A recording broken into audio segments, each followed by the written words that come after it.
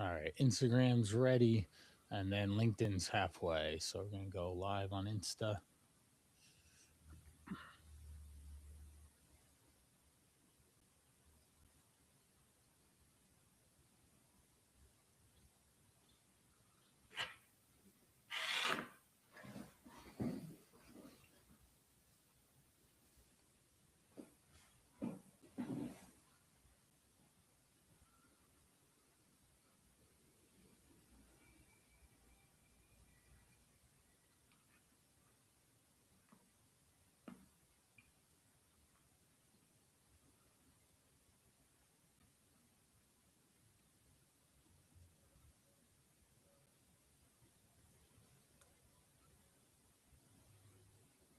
All right, all right, here we go. Cool.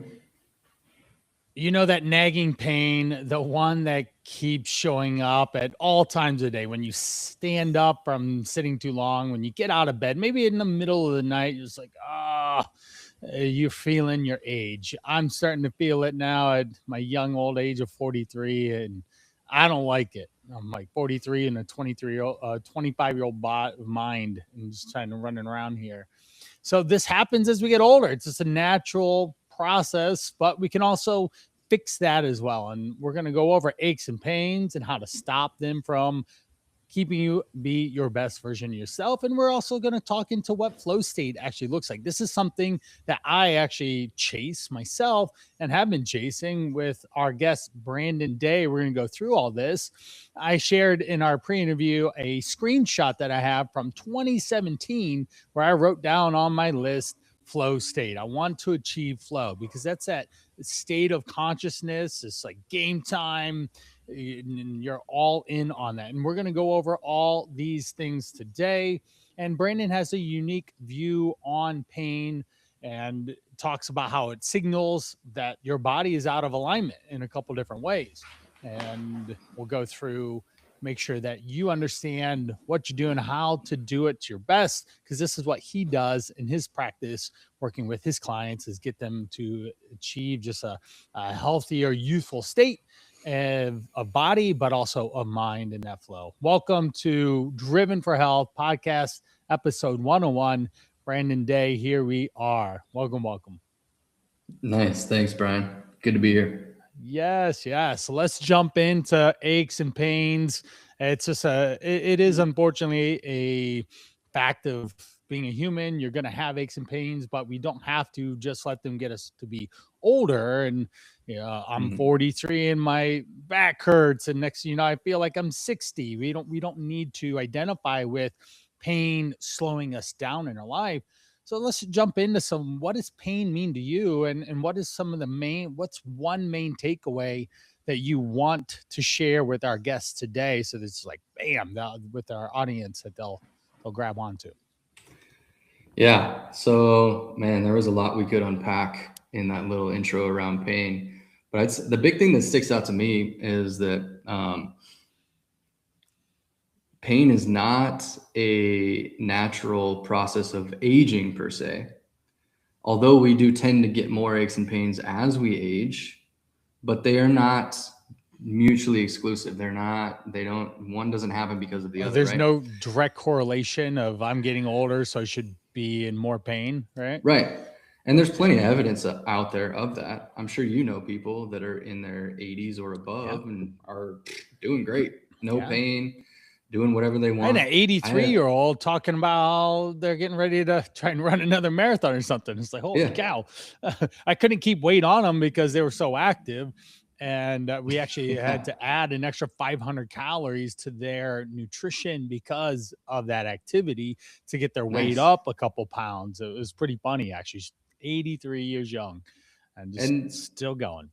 such a good example because that's what we all, I assume, what most of us want is, Yes. even if we don't want to go run a marathon, we want to be able to know that we can, Yeah. right? When we're that old. And that requires some things like, I imagine she's not dealing with an aching back all day, every day, She you can't. know?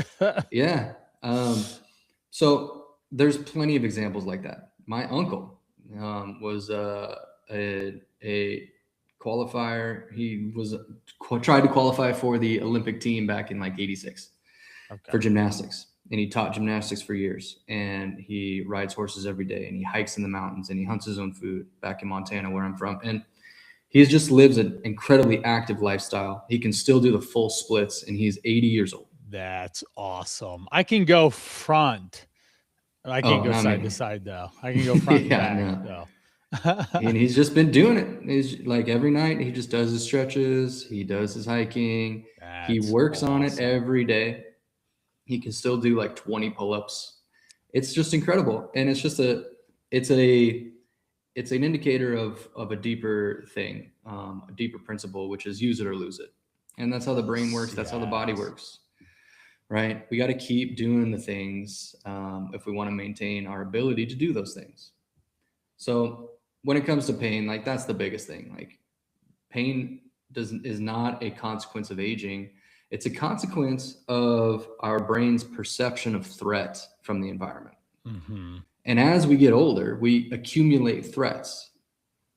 That, ankle injury from when you were 20 years old that you never fully rehabbed, right? It's still hanging out, like causing a little bit of threat.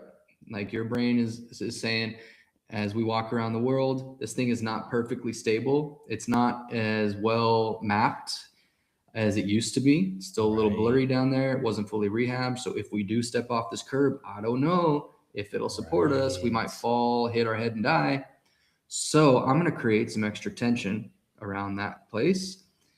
And that, along with the poor sleep you've been having for the last 3 years, along with the poor diet that you have, along with the excessive stress in your job, along with, having newborn triplets that are all sick right now, we all got threats in our bucket, man.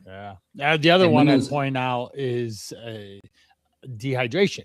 A lot of people are underhydrated, and consequently, they are dealing with muscle tissue quality, poor muscle tissue quality, which is ultimately just think of like beef jerky in your calf when it's trying to support you. And we don't need that. But a lot of people are just literally dehydrated as a result too. And think about that in the terms of, in the applied neurology world, we use the analogy of the threat bucket.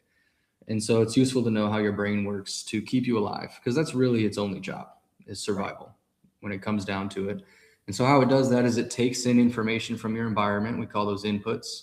It has to interpret those inputs and decide whether or not we're safe or unsafe. And then it'll give you an output. The outputs that we want are fluid movement, good balance, no pain. Those are great. Good strength, speed, reaction time, all that. If the brain perceives the inputs as a threat and our threat bucket starts to fill, then we'll get protective outputs: pain, stiffness, tension, restricted range of motion, even anxiety, autoimmunity. All of these can be considered protective mechanisms to keep us small, slow, or safe.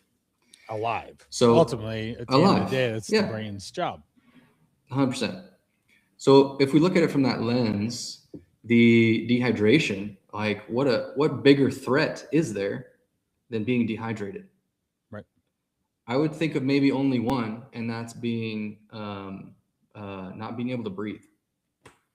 Right. That's a very immediate one, right? No breath.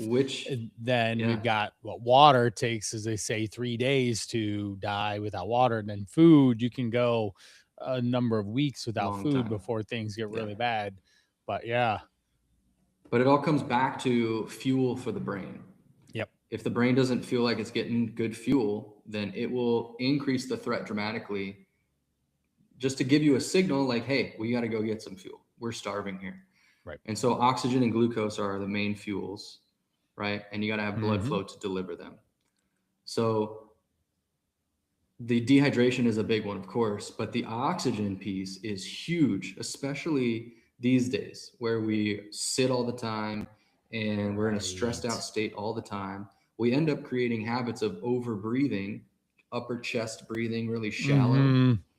And the weird counterintuitive thing that happens is that you actually end up in a hypoxic state in your brain.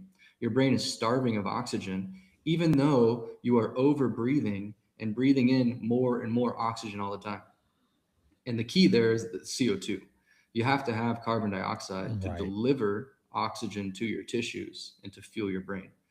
So if we have low carbon dioxide or a low threshold for carbon dioxide, where every time it starts to rise up a little bit because we're doing some exercise or, starting to get stressed out, and over time, a little bit of carbon dioxide triggers the brain to go, we got to breathe. And then we just overbreathe, overbreathe, overbreathe. We end up hyper oxygenated. So we got all this oxygen floating around in our bloodstream, not enough CO2. None of that's getting into your brain. That's really interesting. And we sit, even I imagine our screen like state of scrolling, just there's a Yeah. lot of absenteeism going on there. You just zoomed into this thing. And I even have caught myself. I try religiously, like, not to get sucked into screens and Yeah. wasted time because attention, but I'll catch myself in really shallow breathing. And I Yeah. just imagine it's even more prevalent now because people literally will just sit for hours, not moving their body at all or getting any type of different levels of respiration going on, from just sitting to walking to actually doing some form of exercise or activity where we get the heart rate up. And that just doesn't happen much these days. Yeah.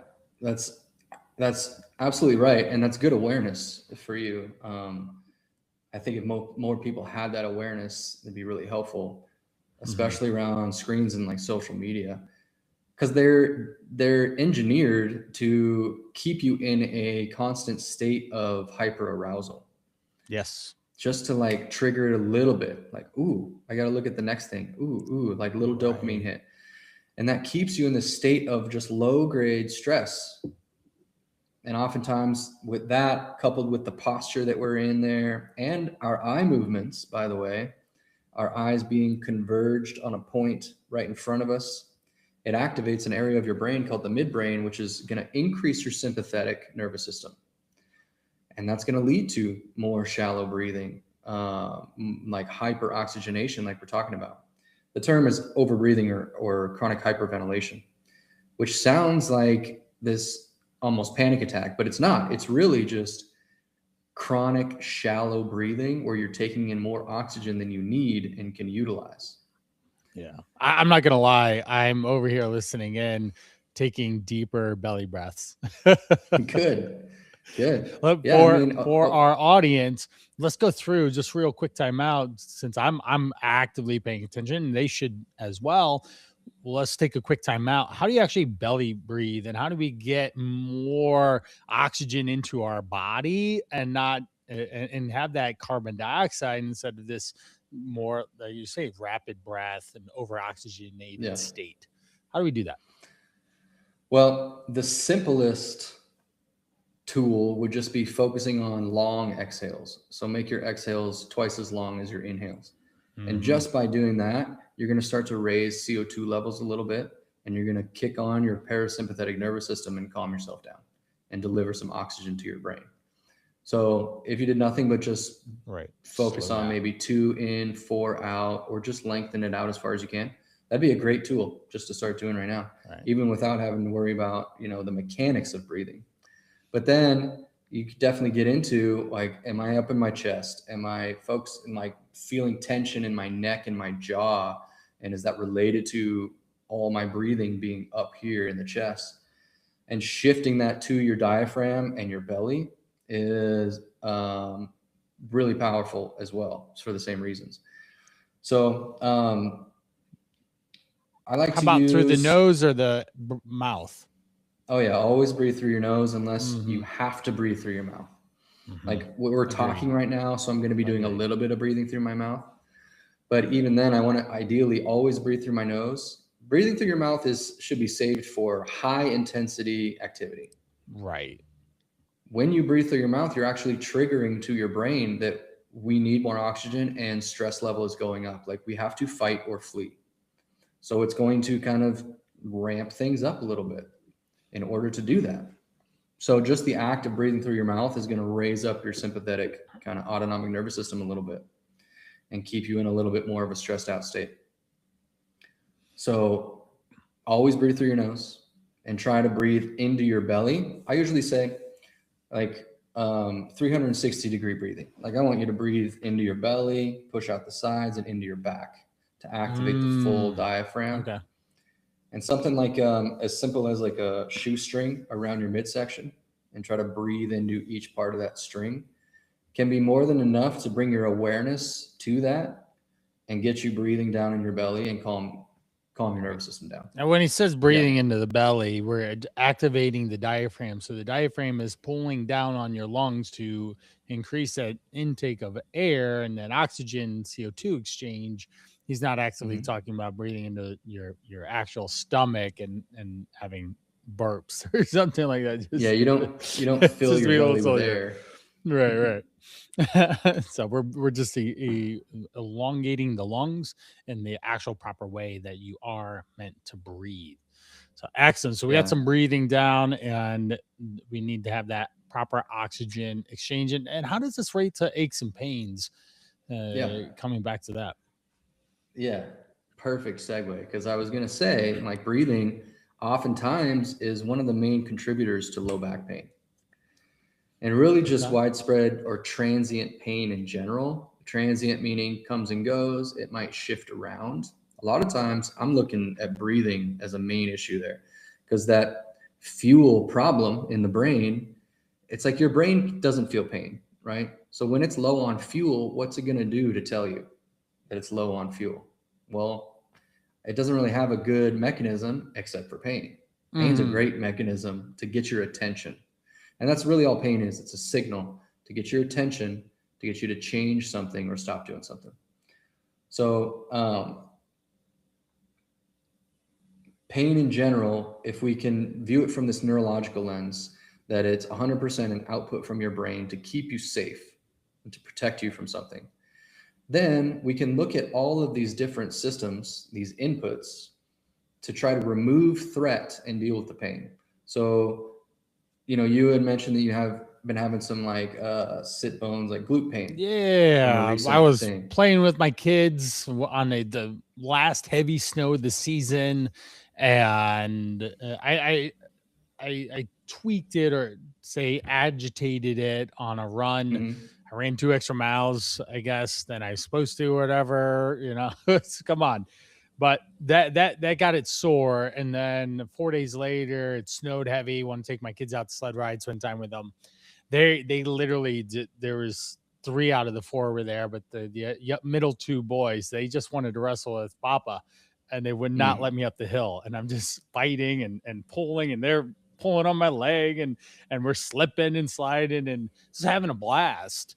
But then like 20 minutes later, I went to run, foot slips on the ice snow stuff, and there goes my glute. And I knew instantly, this is not good. And within 20, 30 minutes, I had the bracing, the tension and tightness. I could barely stand up. It's a lot better now. I can squat. I can do, I biked 2.5 hours yesterday, or 2 days ago outside, biked 2 hours yesterday. As long as I'm not sitting on that point on where it's definitely feels like it's piriformis, feels like it's on the sit bone, the tendon connection there. But I'm about 5-6 weeks out, and I probably, based on everything I know and research and all, is still going to be I'm 50% the way there, as long as I stop agitating, or I don't try and go run again, because the last time I went and ran 2 miles, it felt like a 2-week timeout setback because it was just agitated every single step. And to describe to people where it's on my left leg. And when I reach out and my foot is getting ready to brace on the ground, that's when it starts to activate. And it's that bracing sensation that is causing the pain, so that people understand. And that's necessarily so much of the movement pattern through the walk, but then when I start to lift up again and start hitting the hamstring and the glute, that fires it up again. So there you go. That's the glute pain hanging out. Yeah, great description. So what I want to kind of point to is number one, you had a little bit of a re-aggravation. So, Yeah, about but 3 weeks in, I went out to run. It was the first nice day. It was 50 degrees out. I was like, Brian wants to go run, and tested, and that wasn't a good idea. so we know from like regular tissue healing that if something was, a micro tear in there or a strain of some kind, it can take 3 to 6 weeks. Yep. To heal that. So you were at the front end of that tissue healing, Right. Yeah. and then re-aggravated it, and it's been 2 to 3 weeks since then. Right. Okay. Yep. So we would want to, in a regular rehab kind of process, we would want to not re-aggravate it, right? Yep. So that tissue can heal. And that's fine. And you can do other things as long as you don't re-aggravate it, right? Cool. Right. Well, the biking is no big deal, especially on a stationary. I can bike, and I just have to make sure that I'm not actually compressing the tissue on my sit bone on the seat. So I have a towel that I sit behind my sit bone, so it raises my butt off the seat, and I've been managing just pretty good with that. And I get up I'll bike upwards of an hour to 2 hours at one go, but I'll break it up and take 20 minutes, and then I'll go walk a little bit to just relieve the tension in the movement pattern, and then start biking again. Or I'll break it up into 2 sessions in the day while I'm working. Nice. That's a great protocol, because what you don't want to do is not do anything. Yeah. I feel like my fitness and my leg muscles are deconditioned. I feel like all of a sudden I just lost like a year's worth of leg training if I just sat around and did nothing. That'd be horrible. Yeah, you would. Where'd my quads go? Ideal. My quads don't fell out my shorts when I go to put them on this summer. Like, where'd they go? Exactly. Oh yeah, I just sat. We can't have that. For 8 can't weeks. Have that. Beach season's coming up. Oh, exactly. But and this has changed recently in rehab, kind of research that we don't like. The worst thing we can do is do nothing, especially when it comes to tendinopathy or tendonitis type. Yeah, that's exactly issues, what it is. Soft tissue things. Mm-hmm. Yeah. So what does that actually mean? It just means inflammation of the tendon, right? There may have been some little micro tears. It's likely that there was, based on the there's a pop. So there was something happened. Yeah. Yep. Did it get black and blue? I didn't look at my butt cheeks, but I don't think so. Well, that's okay. I honestly I never thought about it. There was likely some tearing, probably in there a little bit. So you have to go through the tissue healing process. Yeah. I doubt that you caused much damage in that 3-week little re-aggravation. Like, you would have felt pretty intensely the pain and maybe another like pop or strain if you re-injured something significantly. It wasn't. Yeah, that's probably more of a just another protective mechanism. Like, your brain's like, hey, Brian, we just went through this. What are you doing? Don't run yet. Quit it. Stop it. I mean, Brandon, we're not done. My oldest son, Levi, he challenged me to run a marathon in September. I mean, come on, man. I got to be ready. I got to go. And if I have more time, then I don't have to do a lot of miles in a week. But if I start having less time because of injury, then I have to start running more, which will then increase my likeliness of injury again. And I don't want that. So here's what I would do with you if you were my client. First of all, I would continue what you're doing on the bike, because the most important thing for a marathon is your cardiovascular health and fitness, right? So you can get that on the bike, on a rowing machine, right? Whatever. You could get that in the pool, doing some swimming, whatever you can do that's pain-free. And then we rehabilitate the actual site of injury and reintegrate it with your running mechanics. So the first thing I always do with anybody in pain, even if they're in the acute phase, is that I'll go to a different area of the body that communicates with that area. And this is the joy and pleasure of working with the nervous system directly. Yes. Is that when you know that pain is just an output from the brain, okay, then we can do anything to affect that pain. Anything that removes threat from the bucket and tells the brain that we're safe, then that can help to reduce pain and reduce inflammation and all that. So we have a concept called opposing joints in neurotraining or applied neurology, I'm which is based on familiar, your but gait. explain. Yeah. So based on your gait mechanics, we are contralateral bipedal humans, which means we move with opposite sides of the body. So my brain knows, actually, this is not even at the level of the brain. There's something called central pattern generators that live at the spinal cord level that tell your body to move without your brain's input. Walking is one of these. You don't have to think about walking. You just start the movement and your brain, your spinal cord and your muscles just take over. Swallowing is another one. Breathing is another one. Like swallowing, you just initiate it, and then all those muscles of your esophagus and then all your digestion, it just takes over. So those are like spinal cord reflexes, we could consider them. So because of how that works, my right leg moves forward. My left arm knows that it needs to move forward too. Okay. So with opposing joints, because we make this big X, then we can work with the joint on the opposite side of the body to get a lot of times 50% or more relief in pain for that joint without working at it at all.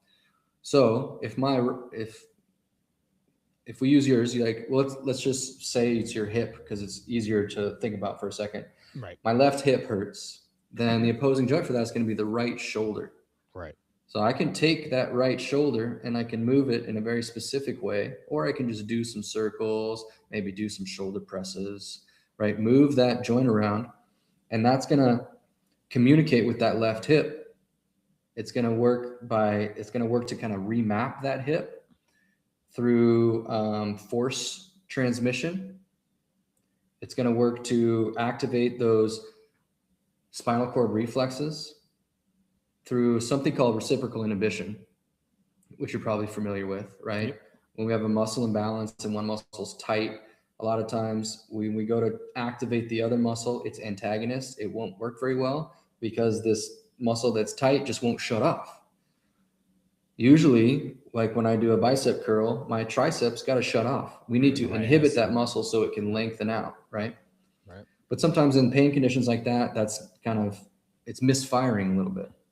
Well, when I activate this right shoulder, because of that spinal cord reflex, and it knows that when I move my left leg back into extension, my right arm and shoulder has to go into extension, those muscles kind of activate together. So if I want to turn off the extensors over there because they're causing this sits bone pain because the glute won't shut off and the hamstring is tight and won't shut off, then I can take that other shoulder, the right shoulder, into flexion and do some circles, do some exercises in flexion. And that's going to activate the hip flexors over here because they work together, thereby inhibiting the glutes in the back. Okay, so in a roundabout way, again, those two joints are communicating each other on opposing sides of the body. So that's a great tool. And it works for soft tissue as well. I'm going crazy on front raises then, right? Here the next you could be doing front. Well, so the way to get really precise with it is we got to talk about when does it actually hurt? And you said it's when you're going into the heel strike phase of gait. Is that correct? Yeah. When I'm in locomotion, another time that I feel it is when I'm sitting and there's an overstretch on my hamstring. So think of a car seat. I get into a car and the butt goes down and the thigh knee part is up, right? I'm in that more of a stretch and I'll feel it there, and I have to sit more on my right side to elevate my left hip to take off the stretch there. I haven't stretched my hamstrings much. But I probably should start here at some point. Well, so that's actually an interesting, like counterintuitive thing with tendon injuries or soft tissue injuries, especially with the hamstrings. The hamstrings often feel tight, but for most people, they're not tight. They're actually lengthened and they're loose, and the quads and hip flexors are tight, and they feel tight, like they need to stretch because the pelvis is anteriorly rotated. So the connection where your sits bones is at, the sacrotuberous ligament there, and all the way down past your knee into your calf, that whole hamstring's lengthened out and it Right. feels tight. But really what it needs is it needs strength. It Right. needs to shorten. A lengthened muscle is a weak muscle for everyone listening in. And then take Exactly. the example that I always remember really well about what he's talking about, anterior posterior tilt. Your hips are a bowl of water, and anterior tilt means that your bowl is going to spill water out the front. And so what he's saying is the back of your hips are higher and causing this hamstring to be elongated while your quads are squeezing and pulling the bowl forward, causing it to pour out. And this is this antagonistic what he's talking about. So the quads are firing, not allowing the hamstring to work, and consequently you think you have tight hamstrings, but they're actually lengthened and weakened. And we need to actually do some corrective exercise here with hamstring strengthening and relaxing the quads so much. And chances are in that situation, there's probably a lot to do with your posture of sitting a lot and having tight hip flexors and quads and such. And then you are you just never stretch your quads either. So they're just naturally tight from sitting again. Could be, for sure. And that's exactly right. That's a great visualization. And what we know from research on tendinopathy specifically, the kind of exercise that's really helpful is eccentric loading. So it doesn't have to be super heavy, but doing some like Romanian deadlifts or something that's going to kind of elongate under load, pretty slow and controlled. And then, you know, either dropping the weight and coming back up, but avoiding the concentric shortening phase, because that's where most of the injury hurts, where most of the injury happens. But then doing just eccentric loading in your rehab phase can be really helpful. And so then you said RDLs and Brandon, that's where I feel it. Whenever I lean forward, say I'm brushing my teeth and I'm leaning forward, you're ready to spit out the toothpaste after I'm brushing, then I'm feeling my sit bone firing because of that stability and that squeeze. But I need to start strengthening. This is a good tool to be able to start correcting that. Over the summer, I had a couple calf strains because the last 10 years, I have 4 kids and my oldest is 16. So do some math. My youngest is 10.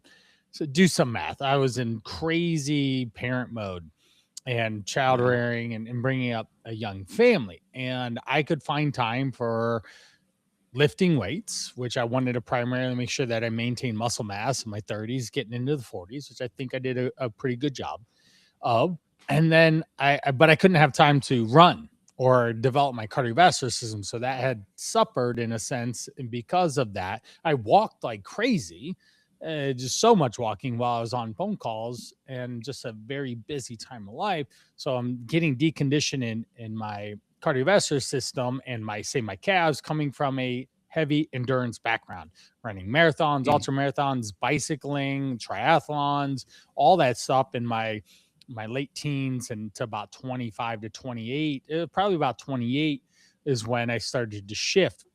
And so I start running again because I have more time available and I can squeeze it in my day more. My kids are at school and stuff, and I end up straining my calves because I'm running too fast. And that was a whole summer predicament. And the whole reason I bring this up is it finally, after straining them, it was this right leg, then the left leg, and then the right leg. And if I tried to run too fast, I'd pluck that Achilles and it'd fire. And it ultimately came to my attention that my calves were weak. And I had not considered that with all the walking, but the lack of running in a sense or cycling and all those things that made my legs strong was not there after 10 years. I still have, say, shape to my calf. They still look like a runner's calf, but the capacity and the fitness and the strengthening and all that stuff that was there, it wasn't. And I was trying to place the same amount of load because Brian's 43 with a 25-year-old brain. So like, let's go. and my body is not quite there. So I had to basically do calf raises, standing and seated calf raises, and that did the trick. Like within 2 to 3 weeks, calves stopped being annoying and started Nice. working. And now I just make sure that I add calf training at least once or twice a week to do a couple sets. And it's made a significant difference in keeping calf strains down. It took So a do you minute do to it? figure that out. Sorry to interrupt, No, but no. can you tell us like what you're how you're loading it? Are you doing like 100 reps? Or are you doing like About 8 for 15 to strength that are really 20. heavy? Or Yeah, I would do it with a dumbbell. I had an 80-pound dumbbell. You could actually, the treadmill right behind me, I would just get up onto that and I hold an 80-pound dumbbell and just do some standing ones. And then right in front of me is the Smith machine, and I'd use the crossbar and then the little lip of the foot of the bench that I have, and I Mhm. would use that as the heel lift, and I would do seated ones as well. So I'd intermix those, standing and seated, but generally the range was about 15-ish or so, and that worked out just fine. Nice. Yeah. So what's crazy about loading in your calves is every step that you take, walking, you know, ground reaction forces are, right? Mm-hmm. Every time we step, for your audience, we accept the same, well, we accept more than our body weight up from the earth. This is Newton's third law of motion. For every action, there is an equal and opposite reaction. So every time your heel hits the ground, the earth presses up against you. And because it's not perfectly efficient, the earth usually presses up more. So you're accepting about 1.5 times your body weight with every step you take, which is why in all training senses, if you want your body to change in a certain way, fix your gait, fix the way that you walk. That will help your posture and the way your body looks and everything more than anything else, because you're accepting a ton of load. Like if you only walked around all day and you took 10,000 steps, 10,000, I mean, I'm 200 pounds, 250 Yep. or 300 pounds in each step, 10,000, that's like It's a a lot. billion pounds or Yeah, something. right. It's a It's a lot, lot. right? That's an Now, easy math if there, right? you, yeah, if you are jumping, you're going to be getting like 5 to 6 times your body weight. And if you're Yeah. sprinting, it's going to be up to 9 times your body weight Cool. with every step. Mhm. That's an insane amount of load. If you were to go in and do calf raises to try to get that much load, you'd have to do like 500 pounds on your back on one leg, like Oh, geez. 100,000 times. It's insane, right? So running and sprinting are some of the best ways to load up your lower body and to do lower body training. But yeah, like you experienced, you can't just go from 0 to 100 right away. So Yeah. many people come to see me after injuring themselves after Yep. sprinting without doing the proper prep. Right. It's so common. And it's, you know, the other thing, so don't do that, everybody. Like, Right. Yeah. take your Yeah. time, take your A time. simple Use question Coach I'll throw Brian's out there. example. Yeah, a simple question that I always pose to my clients, because this is back from my personal training days, years ago, many moons ago, 2004 or so. I became a personal trainer in the gym, and quickly, I learned that I do not over exercise or potentially hurt my client. Why? Because that directly affects my bank account, right? Because they don't come Right. in the next time because they're sore. And if I do that repeatedly, they stop being a client and they go to the guy, my coworker, and work with them because Brian's too hard. The quick question for anyone listening in that I always shared was, can I work out tomorrow? For 99% of anyone that Brandon and I would ever work with, that's really legit advice. You don't need to overdo it. It's progressive overload over time, and that's just the way it works. And Yeah. so that's how Yeah. you should follow that. And you should be able to And train tomorrow in a sense and not do too much today. yeah, and there's lots of great tools out there to kind of assess your readiness, like HRV and Mhm. everything like that. or even the body battery on a Garmin or something, Yeah, right? nice. Strain and the Whoop and all that. Yeah, they're great. They're great, and they can be pretty accurate. As a, you want to look at As a patterns tool. over time, of course, Yeah, as a tool. right. Yeah. But the best tool that anybody have, and of course I'm biased because I'm a neurotrainer and I'm a brain guy, but being able to actually have a dialogue in a sense and be in tune with your own nervous system, and therefore your body, and judging your readiness that way. And we use a very simple assessment process that anyone could do anytime to judge in a moment your nervous system's level of threat. And therefore, when you start to do this for a while and you start to get in tune with where you're at, you can judge very accurately, how your body's readiness day to day and in the moment. And also be able to change it in a moment instantaneously.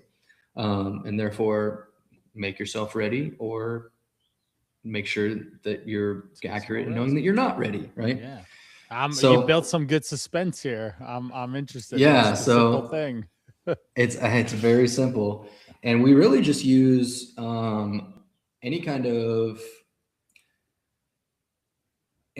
of proxy to see how the nervous system is organizing movement, and we can judge the level of threat based on that. So if that sounds like gobbledygook, that's fine. It's a range of motion, or a strength assessment, or a balance assessment, or if you're in tune with it, your gait is your best assessment. Like, how am I walking? How is it fluid? Are my steps narrow or are they wide? Right? Am I loud and clunky, or am I soft like a ninja? These My wife can would be say really good I'm indicators. always loud. So Yeah. So that's you walk like inefficient an movement. elephant.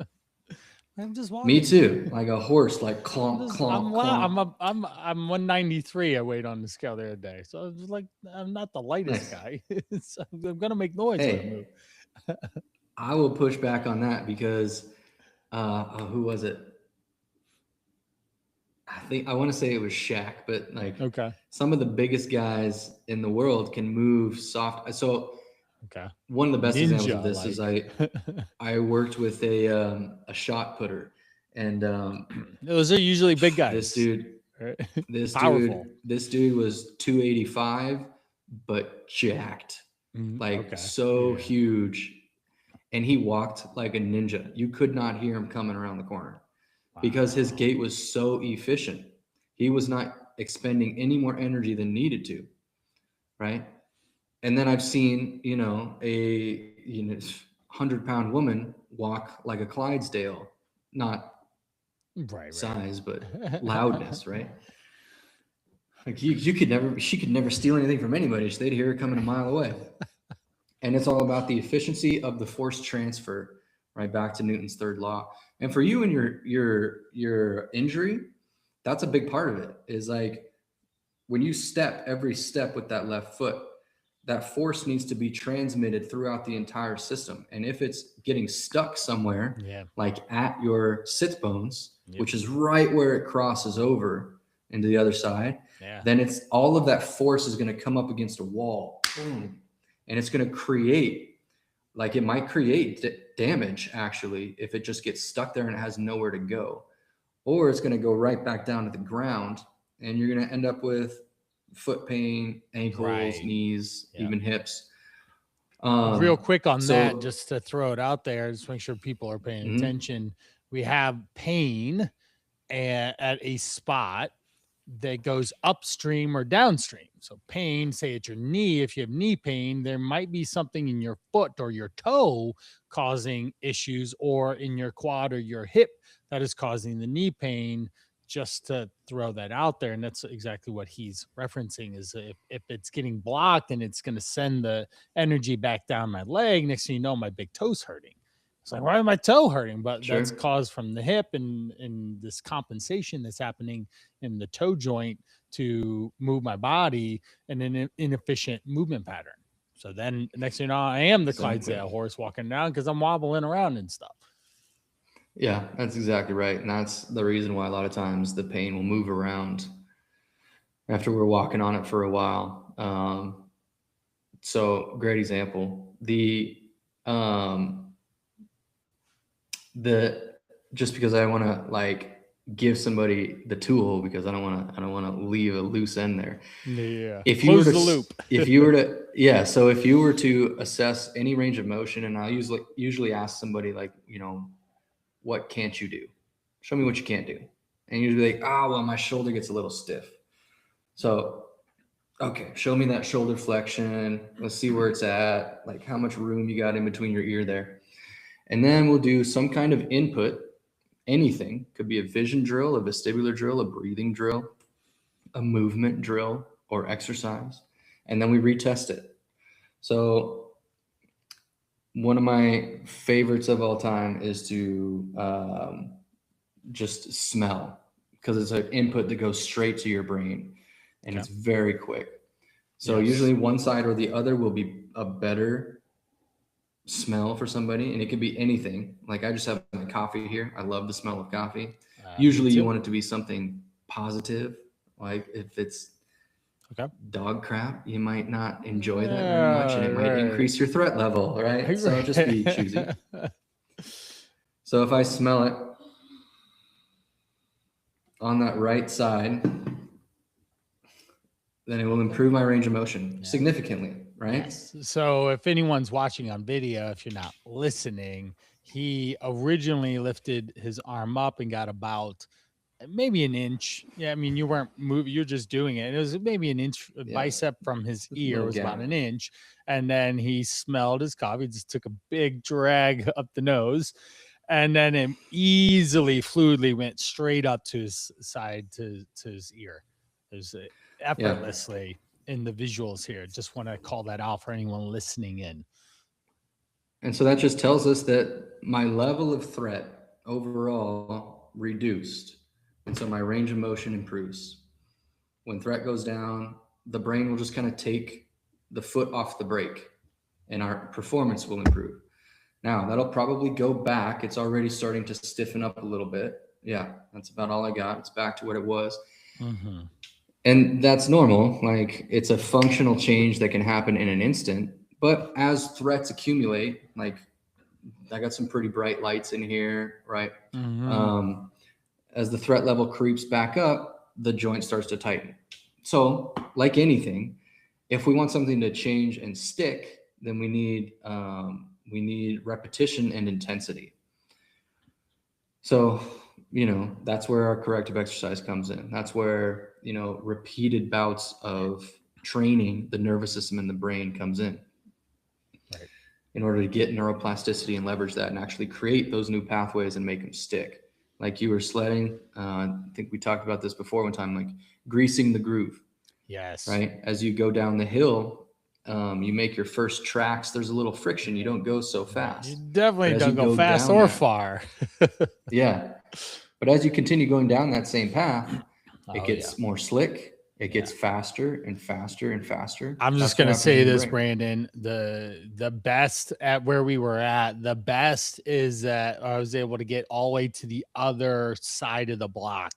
That's how good of a run that we were able to grease that groove and go all the way down.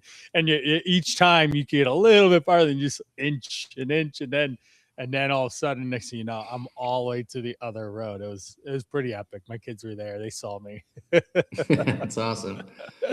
Yeah. And how do you make it faster, quicker? You get a running start. Yes. Right. Or you add some load in the sled to increase the momentum. That'd be increasing the kid in there. Right. Yeah. All right. We have someone push us. We've got two people on the sled.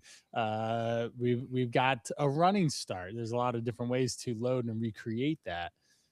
Exactly. And so the brain works the same way as the body. You got to load it with some intensity and repetition in order for things to change. The cool thing about the nervous system and brain is that they change a lot faster than the body. What would take, weeks for us to see change in our muscles or losing weight, that kind muscle of stuff. Hypertrophy, building muscle takes a long time, unfortunately. Yeah. Neuroplastic change is a lot faster, which is great. Yep. Definitely. Now back to your pain. I just wanted to throw these couple things out there. Okay. Because you mentioned them. I wanted to circle back really quick, and then we'll kind of close the door on flow. Yeah. So a couple things that you mentioned, like posture, and then of course the activity that aggravates it. So posture, I'm gonna lump them both into one training modality that they Okay. point to for me, and it's kind of two things. One is the area of your brain called the cerebellum. It's the little brain that sits in the back on the bottom, and it's really dense. It's got 50% of the neurons, but it only comprises 10% of the volume of your brain, and it's hugely important for accuracy, balance, and coordination, ABCs of movement. Okay. So anything that's coordinated movement that requires balance, cerebellum's hugely involved. That would include running, right? Now, the other thing that is incredibly important that gives a ton of information to your cerebellum about where you are in space, and also is just incredibly important for keeping you balanced and your equilibrium, is your vestibular system or your inner ear. So you got these two little gyroscopes that live behind your eyes. They're about the size of a dime back here in your skull. And they are constantly answering two questions: where am I at and where am I going? And if they're a little bit off, then you're going to require more resources to process the world. Right. Now, Makes sense. if we're just walking around the world or we're seated on a stationary bike, they're doing very little processing, right? They're always on, but they're kind of like at gear one, easy. Okay. As soon as we start moving faster, they got to process faster. And if there's just a little bit of discrepancy, then let's say we got a little bit of discrepancy that creates 30% more resources required to process. They're going to fatigue eventually, right? Now, the thing is, they don't have a way to tell you that they're fatigued. They also don't have pain receptors, right? So they can't feel pain. So they're going to give you some kind of threat response or protective outputs to tell you to change something.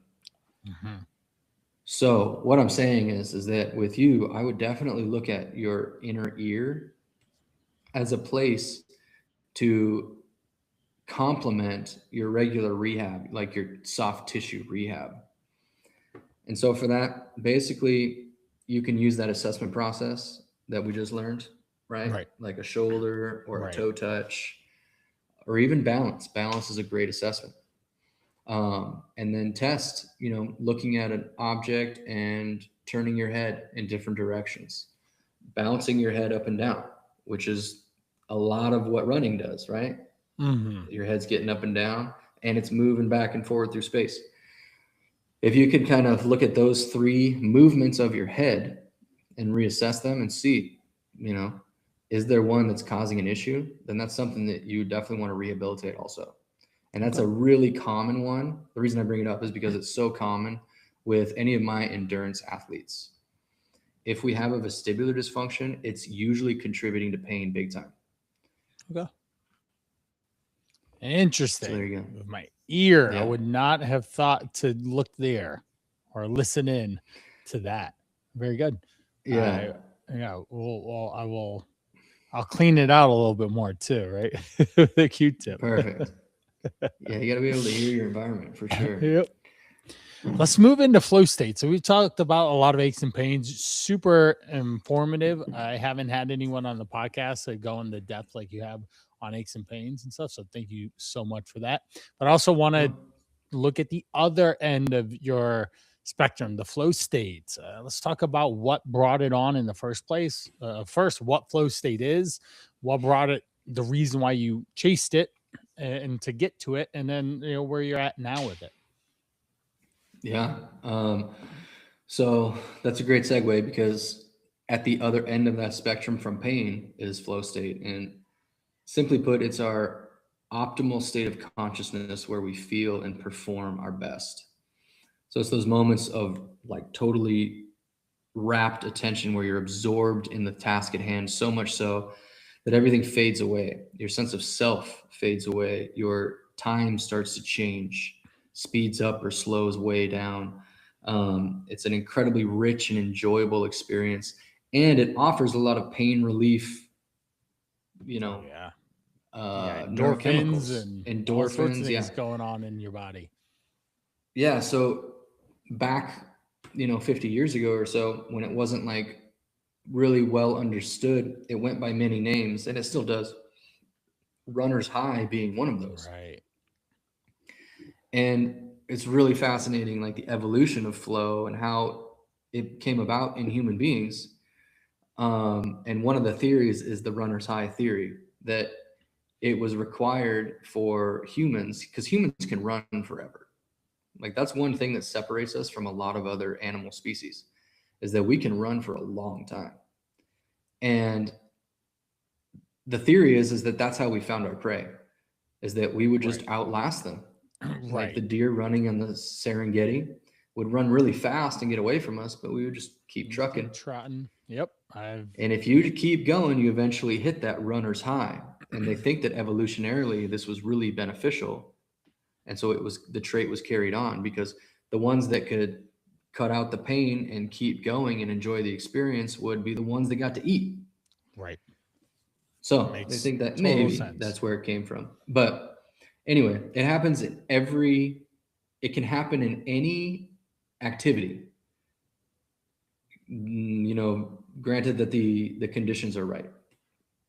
So it's kind of we could say it's kind of like the antithesis of pain. It's like the perfect state of consciousness where you have no pain and everything is firing on all cylinders. And so that's kind of the evolution of what I take people through is, aches and pains, like kind of struggling, burnt out, fighting against their body and brain, to achieving flow consistently and predictably. In whatever their sport is, whatever, like most of my clients, to be honest, are playing the sport of life. And they're really trying to get their cognitive performance to be the best they can be for their family, for their business, whatever it is. And their sports, their athletics is kind of secondary to that. But anyway, it came about for me because I played college football and had a lot of head injuries and a lot of chronic pain afterward. And I was very fortunate to play for an awesome team and a great coach and staff. And I mean, it was pretty magical that time. We were, I played in 3 national championships. We won 2 of them. And so I had easy access to flow states. Oh, right. That's what it came down all to. the time, right? when you're in a championship level and like you're sitting the sidelines, just like get out there and let's go, and it's all in. Exactly. And getting the reward out of it. Yeah, which was nice. But like you said, you don't get to that level of competition, and like you don't get to repeated national championships unless you have some kind of secret sauce. And it was flow states that was our secret sauce, when it comes down to it. And there was a lot that went into that, the culture being the biggest piece of it. But I lost access to that and I didn't know it. And so I kind of floundered around for 10 years in pain and having mental health issues and substance abuse issues, and just kind of trying to find flow in a lot of unhealthy ways that I didn't know was going on. Then if you have no one upon, looking at real quick, if you have no one paying attention or help guide or mentor, and you'd been under a coach and obviously a phenomenal coach and environment, then you get left off into your own, then you have exposure. And that same thing with, say, guys in their 40s is all of a sudden, I had another previous guest, Albert, who was a CPA, and on episode 90, and he talked about how 40 to 60 is some of the hardest life you're going to live, because there's a lot of transitions of kids starting to leave the nest, your parents starting to grow ill or die, your career either excelling and you're making the most money you've ever had, or you get fired, laid off, and you have to go another place and pivot. And that's where that, say, midlife crisis comes in. And so we have this very turbulent, challenging time. And if you don't have someone or something anchoring you, especially amongst the culture that we're in, with attention seeking behaviors and instant gratification, you will flounder. You will not do well by design of our own misdoing, ultimately. So that's what you started to experience. One more thing is I warned my son, he's very much a attention and driven. He is 16. He ran a marathon already. He wants to run another one in May. He raced triathlon. He's a state qualifier, and he placed 22nd, 27th in the 100 and 200 yard swim freestyles just recently. So he's starting to achieve these accomplishments and all this. Plus, we've taken him all over the world. Basically, he's been to all 50 states and multiple countries and continents doing. If you name an activity or an experience, there's a large percentage chance that he may have experienced that. And I'm just telling him now, hey, you really have to think about this, because if not, you're going to run into a dopamine crash when you're 25. And the only thing that's going to get you off is doing a skydive from space or something. So be careful, but I will be there to help and support him so that he doesn't go amok and cause a lot more harm than good, in a sense. But just throwing that out there to guys listening in. Yeah, we want flow in a positive way.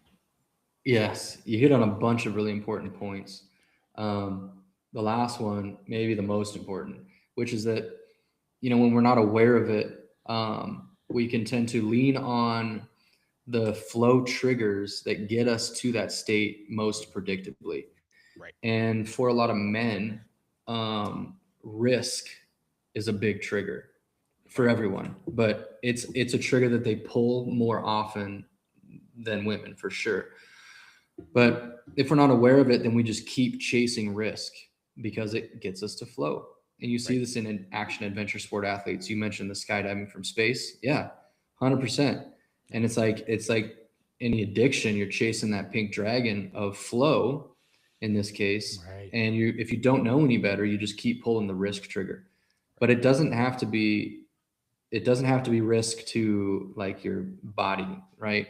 It could be just for risk's sake. You could do like risk of humiliation, right? Public speaking is a great example of a safe way to pull the risk trigger. Right. We know it's baked into us that the fear of public speaking, and it's paralyzing for some people. But the point is that you can pull risk in other ways. Like, and here's an unhealthy example, but also pulling the risk trigger: gambling. Yes. They're risking their money. Betting, right? Yeah. Which is so huge now, and it's terrible for young men specifically. Yeah, because they just don't FYI, it's gamified, and they know what they're doing in the background, and they're targeting at-risk people to get them to play harder. And just if you're 100%. Out there and you do listen in, and you do the apps and the sports betting, it's rigged. It's a casino, man. The house is going to win. Yeah. Like, it's just not a good gamble. It's just, and it's no different than, and it's no different than social media. They're both engineered to hijack your dopaminergic system. It's hijacking your attention and keeping you there for as long as possible to help you. Like the draw is flow, but you rarely get there. But it's the anticipation of it that keeps you going back, and pulling the trigger harder and harder and harder. And it never leads anywhere good. Not usually. But if you know that, some of those addictive behaviors, if you can be aware of it and what they're doing, and like going back to the risk trigger for like action adventure sport athletes, there's nothing wrong with those sports. They're fantastic. And like, I love them. I do a lot of them, but you have to understand what you're playing with.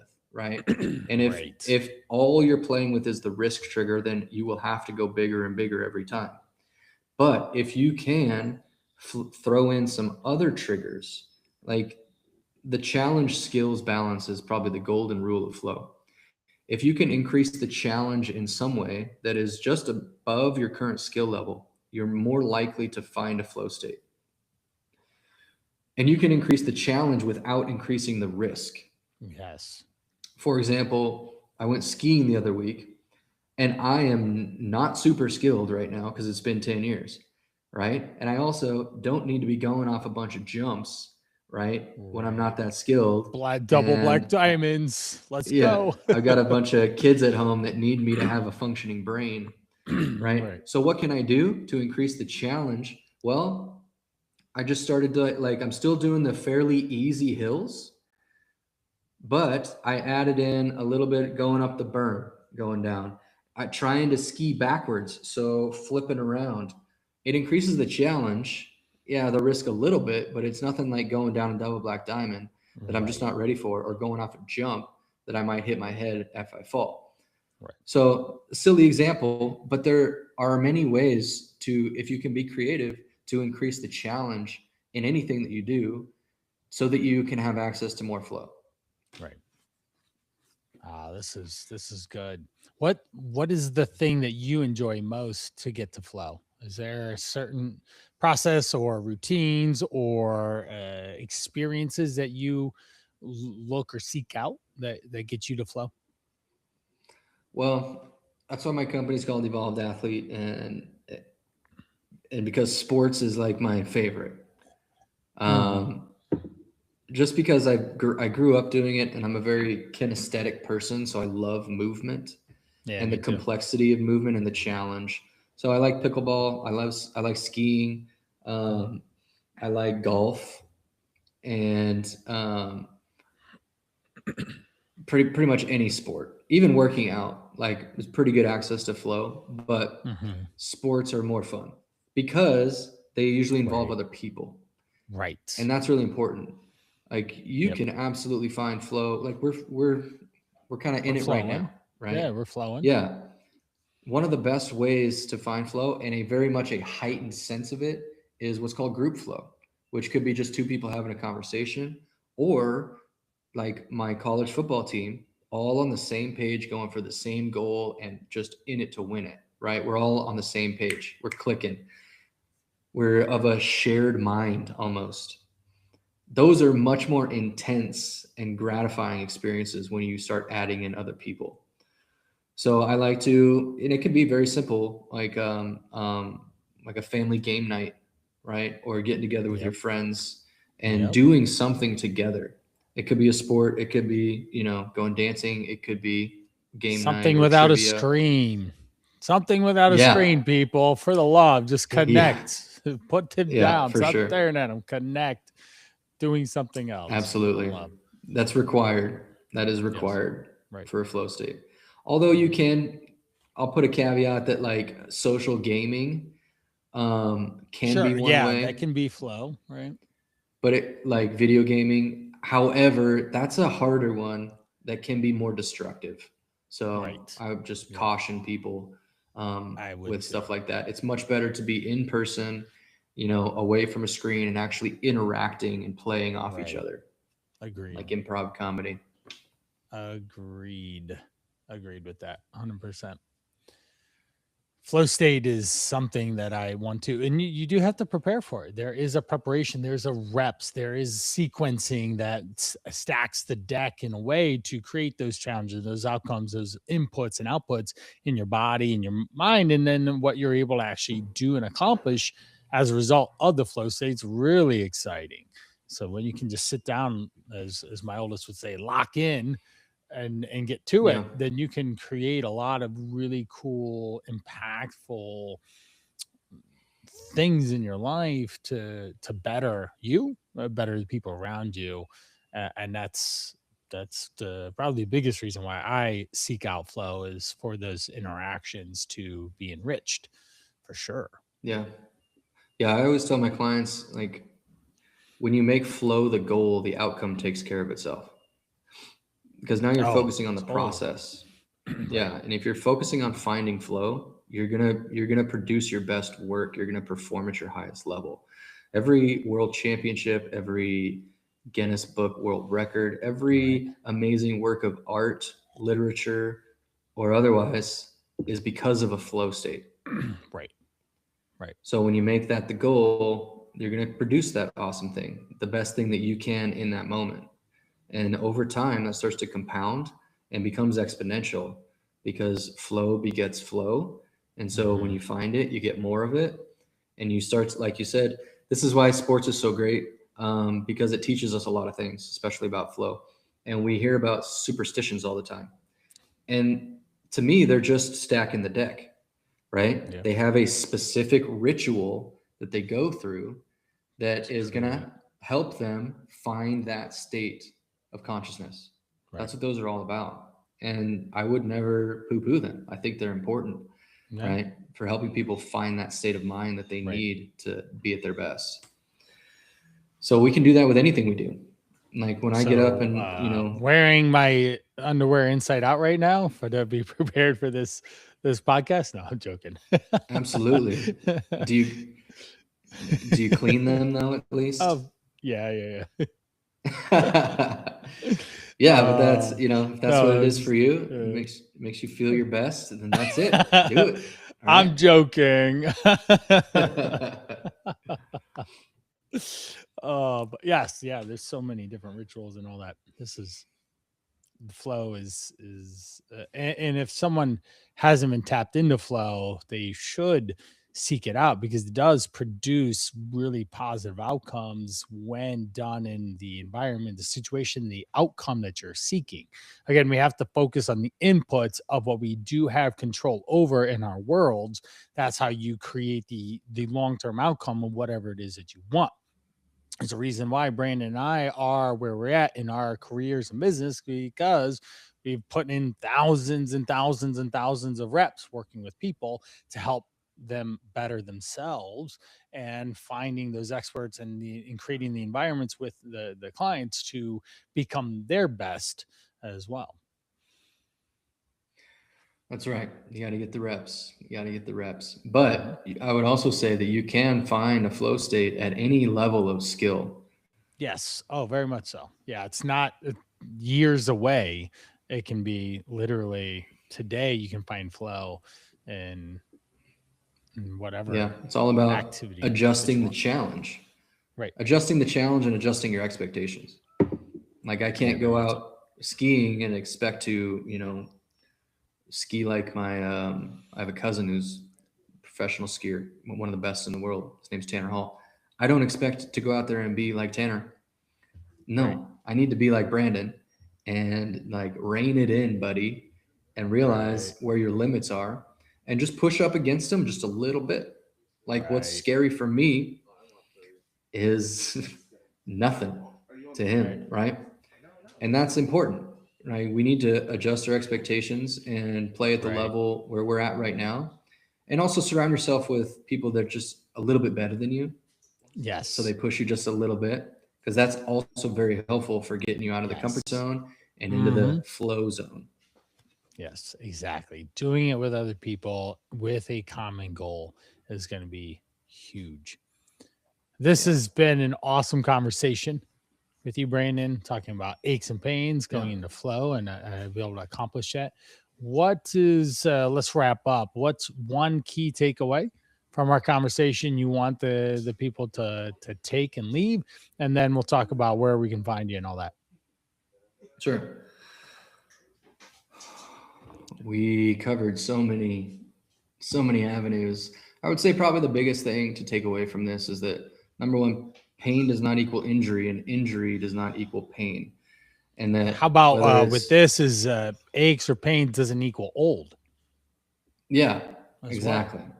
Age is just a number, and there is no reason to have more pain as you age. In fact, it should be less as you get better and more in tune with your body and optimizing your brain and your health. So bust that myth. And then also, you can access flow states in all areas of your life right now. It doesn't require anything but a brain and a body. And if you tune your environment and get rid of distractions, you are more likely to get it with doing nothing else. So adjust your challenge and your skills, get rid of distractions, i.e. your screen, and go out there and live a life that is tuned to flow, and you'll find more happiness and enjoyment and less pain. So very much so. Excellent. So much.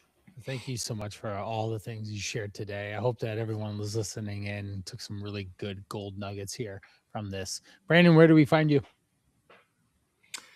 You can head to my website to check out my 21-day program that I'm running right now. Get athletes out of pain and into momentum to find more flow. That's at evolvedathlete.coach. Or you can check me out on Instagram at I am Brandon Day, all one word, or my school community, which is totally free. At school, that's skool.com/evolved. Yep. We'll have all of that in the show notes for you guys to check out. So excellent. Well, the biggest things that I'm taking away here is that just because my age keeps going up doesn't mean that I have to identify with being old or aches and pains. I can live a life that is fun, that's enjoyable, that's experience focused, and working constantly toward flow and being able to just challenge myself and a little bit more each time, so I develop reps. I enjoy the experience every step of the way to get to the outcomes that I ultimately want. And by working at it and staying focused on it, then that allows for that experience and expression of who Brian is and how he serves. Even this being the 101st episode of Driven for Health, there's been a lot of reps. It's been over 4,000 minutes of me talking to my computer in the last couple months to create this for flow, for expression, for all these things. So thank you so much. And we will send you off. Everyone else, we'll catch you in the next episode. Thank you. Thanks, Brian. All right.